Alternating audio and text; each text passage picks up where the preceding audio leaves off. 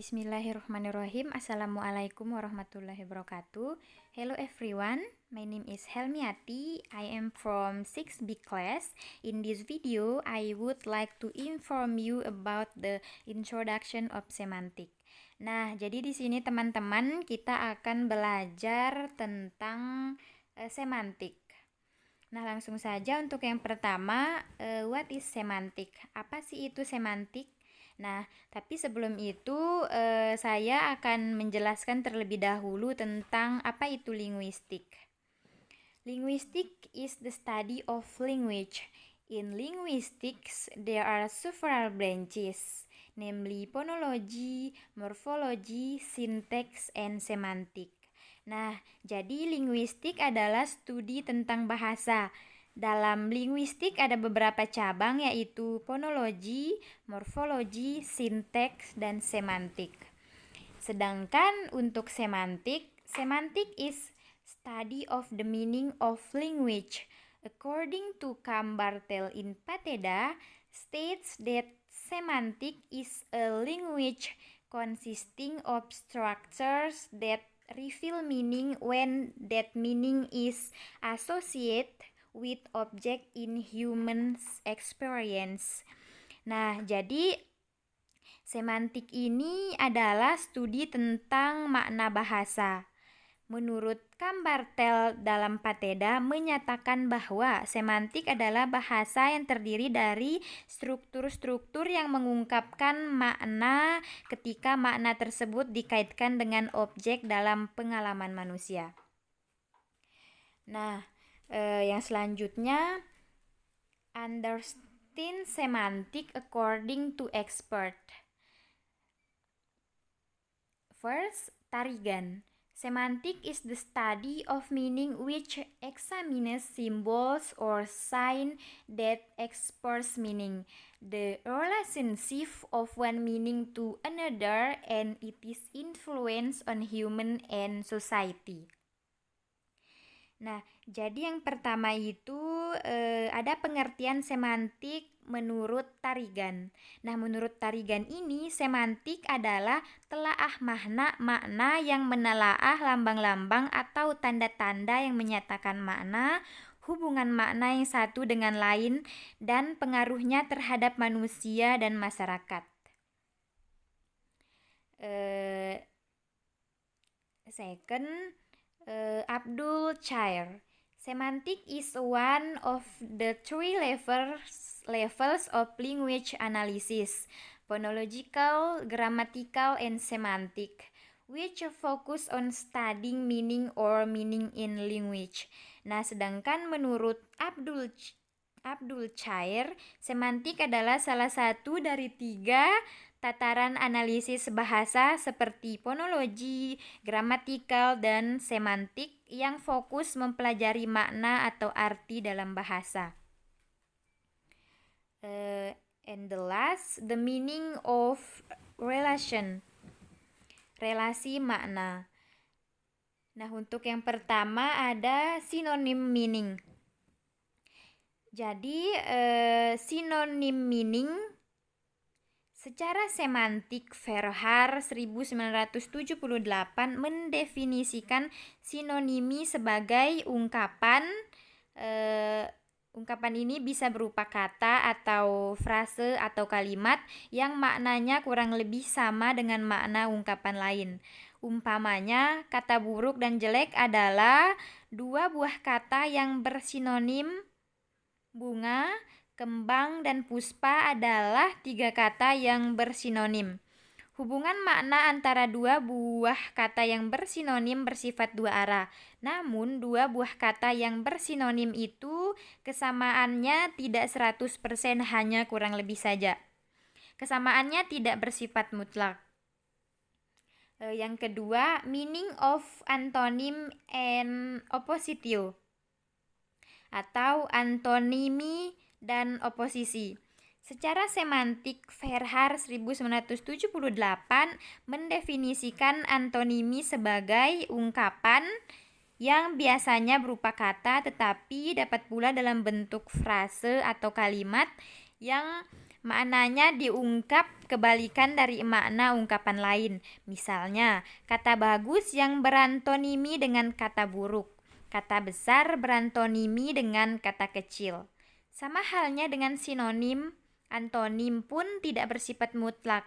Itulah sebabnya dalam batasan di atas, Verhaer menyatakan yang maknanya dianggap kebalikan dari makna ungkapan lain. Jadi hanya dianggap kebalikan saja.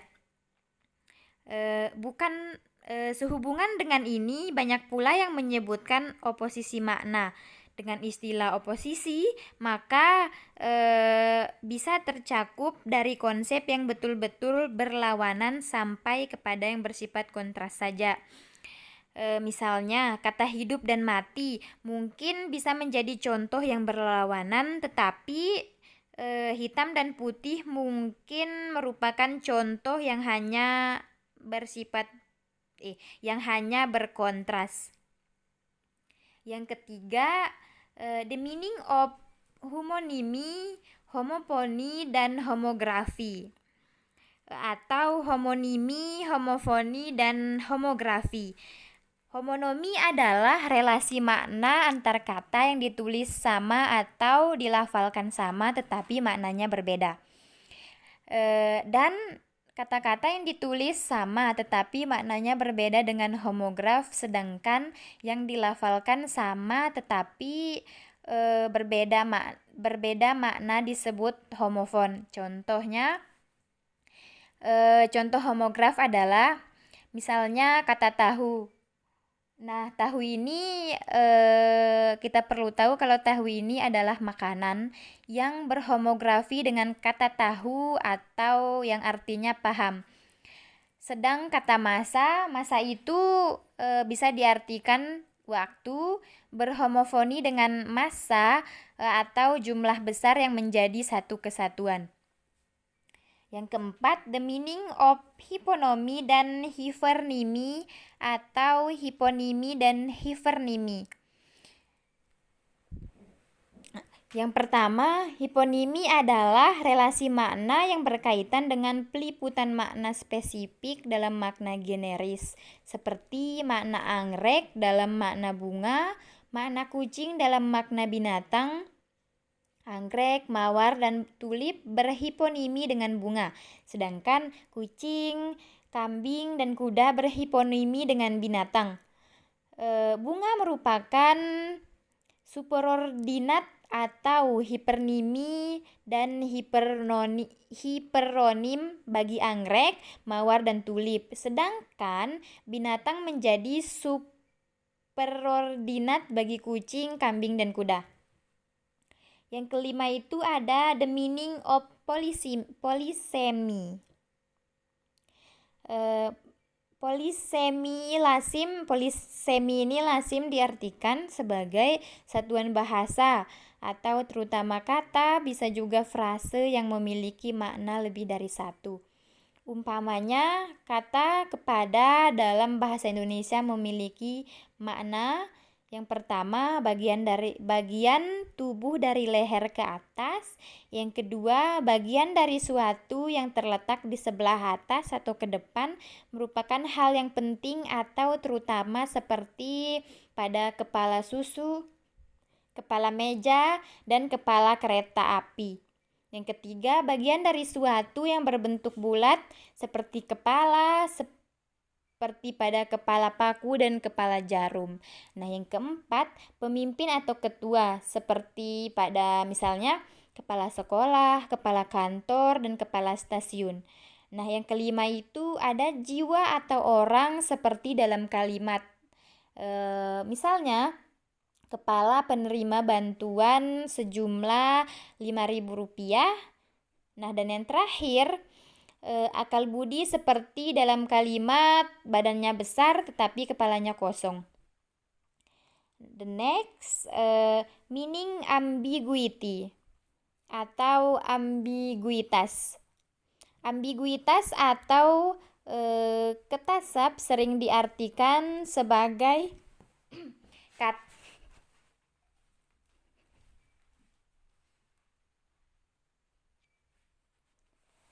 sering diartikan sebagai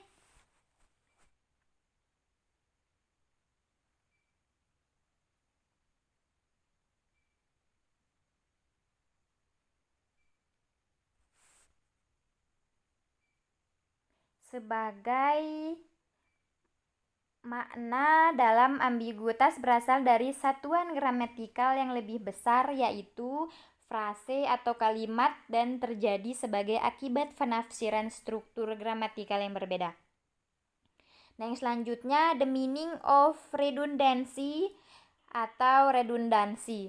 Istilah redundansi ini sering diartikan sebagai berlebih-lebihan pemakaian unsur submental dalam suatu bentuk ujaran. Umpamanya, kalimat bola ditendang si Badri. Maknanya tidak berubah bila dikatakan bola ditendang oleh si Badri. Pemakaian kata oleh pada kalimat kedua dianggap sebagai sesuatu yang redundansi, yang berlebih-lebihan dan sebenarnya tidak perlu. Nah, yang selanjutnya, the meaning of meronymy. Meronymy adalah relasi makna yang memiliki kemiripan dengan hiponimi, karena relasi maknanya bersifat hierarkis, namun tidak menyiratkan perlibatan searah, tetapi merupakan relasi makna bagian dengan keseluruhan. Contohnya adalah atap bermeronymy dengan rumah. Nah, yang selanjutnya, affective meaning atau makna asosiatif. Makna asosiatif ini merupakan asosiasi yang muncul dalam benak seseorang jika ia mendengar kata tertentu. Asosiasi ini dipengaruhi unsur-unsur psikis, pengetahuan, dan pengalaman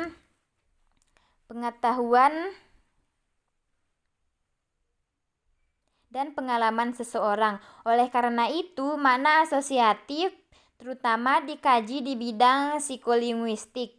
Makna denotatif villa adalah rumah, peristirahatan di luar kota. Selain makna denotatif itu, bagi kebanyakan orang Indonesia, villa juga mengandung makna asosiatif yang dianggap gunung, alam, pedesaan, sungai bergantung pada pengalaman. Nah, yang selanjutnya itu ada etymological meaning.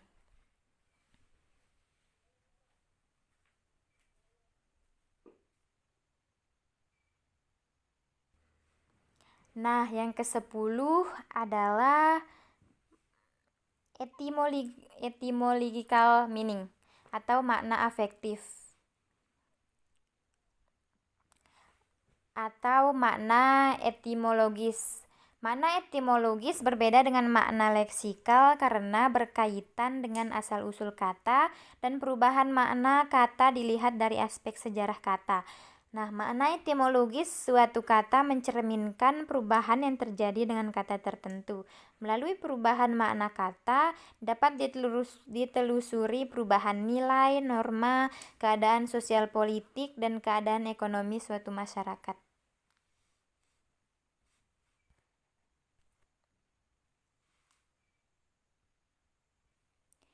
Baiklah, mungkin itu saja yang dapat saya sampaikan.